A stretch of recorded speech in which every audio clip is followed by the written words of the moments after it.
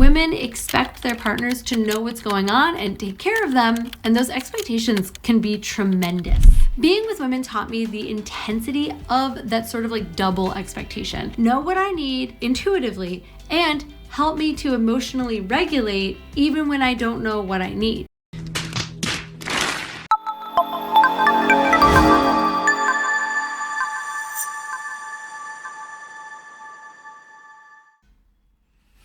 How are you doing, ladies and gentlemen, and welcome to the channel.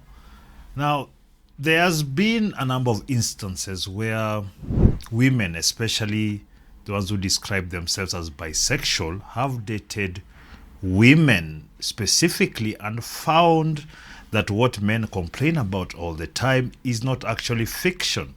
Now, this lady called Caitlin you're seeing before you is one such lady. And we're going to listen in as to what she says she noticed. Obviously, this might ring true in your case because we deal with this every day. So we are going to listen in to find out what she's going to say about it. And I will give my commentary as usual. And I will give a counter whenever I feel that she's going off the rails. Because whether we like it or not, she is a woman. And she will always have some womanese sneaking in there. So I'm here as the womanese inspector. Please subscribe to the channel and let's get down to this. Dating women didn't just help me to understand women, it also helped me to understand men. Being a bisexual woman has given me a lot of insight into modern dating and relationships, and in this video, I'm going to share some of my experiences. So let's get started. The first thing that I realized is that women communicate indirectly, and it is genuinely hard to navigate. What I learned is that women, even the most therapized, best communicators among us, rarely say what it is that they actually need. So the thing is, they're bad communicators. That's what she's saying. So I'm giving you the direct version of what she's saying, that even the most therapized, that means that as far as she's concerned, if you've gone to a lot of therapy, that means that you're better at it. So wouldn't that show that you're actually not better at it if you need a lot of therapy to do basic things like just speak your mind? Unless you're trying to manipulate someone, why can't you just speak your mind? Keep that question in mind. Communicate indirectly, and they rely on that level of indirect communication. It's something that we do with other women, and so it's kind of the way that we operate, and then we expect the people that we are dating to understand our hints, our tone, our nonverbal communication, our energy shifts, and our subtle cues. Let me ask you, what do they mean when they say our energy shifts? Because this is the kind of imprecise language personally I do not tolerate, because it leaves a lot of room for manipulation. And in this particular case, you can tell that she's that type of person, just trying to please everyone, trying to please the men who are watching, and at the same time, the women who do these things. And you can't have it both ways. You have to say it exactly how it is. This is that woman is, because a lot of women don't want to, unless of course they want to go against men, then they are very straightforward, then they are not shy, then they are not, because in my opinion, it's always malicious. Or at least most of the time it's malicious. Let's continue. When I was with women, I often felt the same kind of confusion that many of my male clients report, like I'm doing what she asked for, but somehow it's still wrong. I don't understand why it's wrong. And I'll give you an example, not someone that I was dating, but a female friend of mine actually ended a friendship with me because even though I was doing the things that she requested, she said that it wasn't actually what she wanted. And she didn't want to be in a platonic relationship with someone who couldn't understand how to be there for her in the way that she needed, even though I was doing what she said she needed. It was really painful. Anyway, the moral of the story is that men are not clueless. The instructions are confusing. First of all, why do you need to always deal with the people who don't have the maturity to communicate clearly what they want? Because this habit of trying to read the tea leaves is getting real old real fast. Because to be honest with you, this has been socialized into women. It was never always like this. The older women who were actually involved in building with men never had these issues. Of course, they were there because there is some proclivities. But generally speaking, they were not like this. Because socially now they've been allowed to be as petulant and as immature as possible without really repercussions. That's really the bottom line. Back in the day, a woman behaved petulant, she was discarded. And there was never, some woman empowerment or some manipulation by media that was going to save her. In fact, the media will even go harder on her. Right. Second thing that I realized is that the masculine frame is not at all theoretical. It's real and it feels like pressure. So women often say that they want their partner to hold the masculine frame, right? To like be the wall that the wave crashes against, the thing that contains the storm. And being with a woman showed me what it feels like to feel like you have to stay grounded, like you have to lead, like you have to know what to do, like you have to be the calm. My inner experience as someone who mostly identifies as very feminine is that it was kind of scary because like what exactly, because men have always been structured to handle the extreme pressure. And you see, when with the advent of feminism, now the women also wanted to feel the pressure, and they felt the pressure and they realized, we don't really want it, but we want all the benefits of being in a masculine environment, being given respect like a man. So they took it both ways, and we allowed it over decades for it to happen. That now women can claim to be equal, but at the same time they know they are not. But at the same time they want to be paid the same as you, despite you working harder for longer.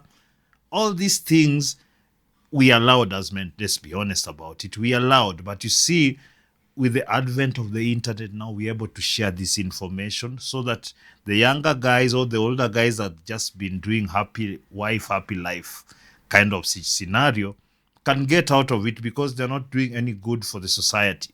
You're actually destroying society. What if I don't know what to do? What if I can't hold it all together while she's falling apart? What if I want to fall apart? What if I don't want to be the wall, but I want to be the storm, okay? It helped me to realize... You see that? Because they want the option to be a woman. What if I just want to break down and I want you to hold me, and what? Do you think, gentlemen, please don't do this. Don't break down and lie on your woman's lap, and please never do that. She'll leave you, or if she doesn't, she'll totally lose all respect and she'll sleep around. Trust me on this. Do not break down in front of your woman. I don't care how many feminist classes you attended in college, how much your mom is a feminist or your dad, it doesn't matter. Don't do it if you want anything good for yourself. But a woman is allowed to do that, whether she's lesbian or bisexual or what. She's allowed because she's a woman. You're not.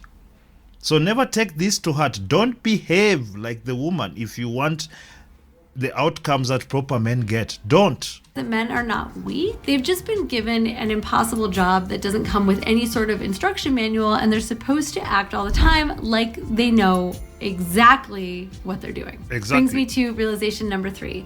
Women expect their partners to know what's going on and take care of them, and those expectations can be tremendous.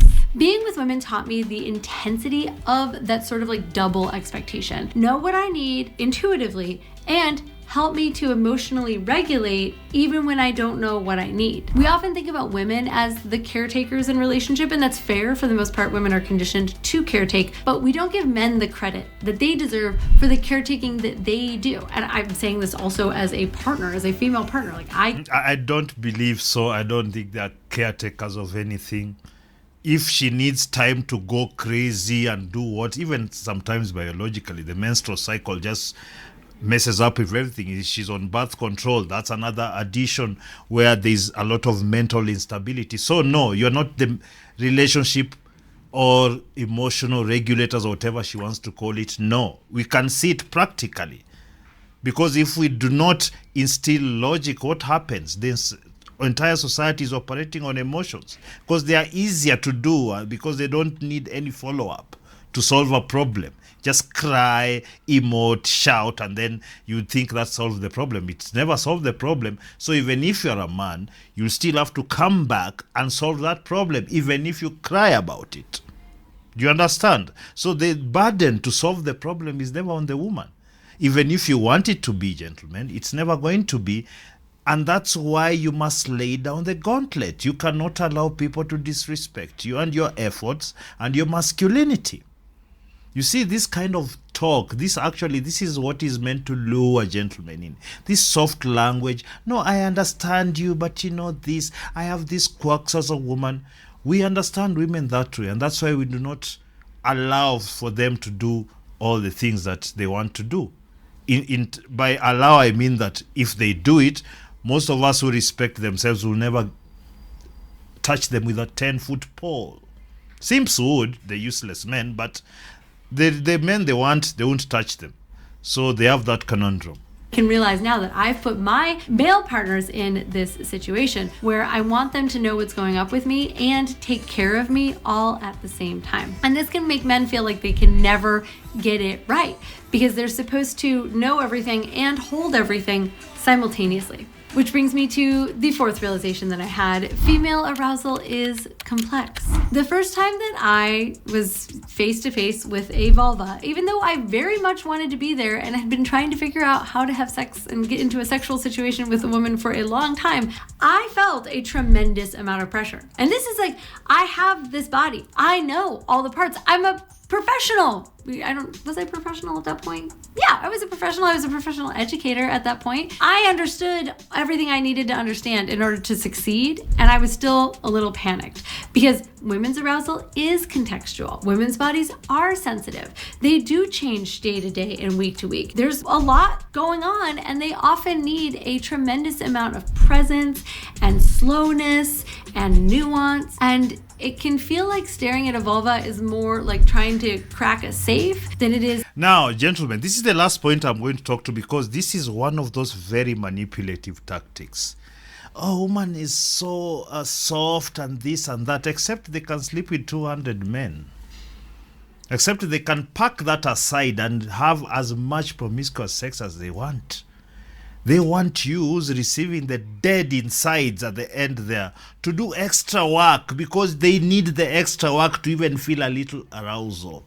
Do not be pulled in by this, gentlemen. This is a classic manipulation tactic where, as a man, you're now required to do more for women who are giving you less.